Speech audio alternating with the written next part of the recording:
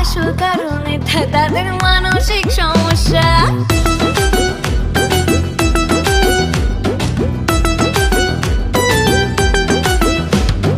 আমার ভালো দেখলে যাদের মনে অমাবস্যা, আসল কারণ এটা তাদের মানসিক সমস্যা। সুস্থ হয়ে উঠিস তোরা এই কামনাই করি, ওরে দুষ্ট লোকের সাথে আমার বরাবরই আরি। যতই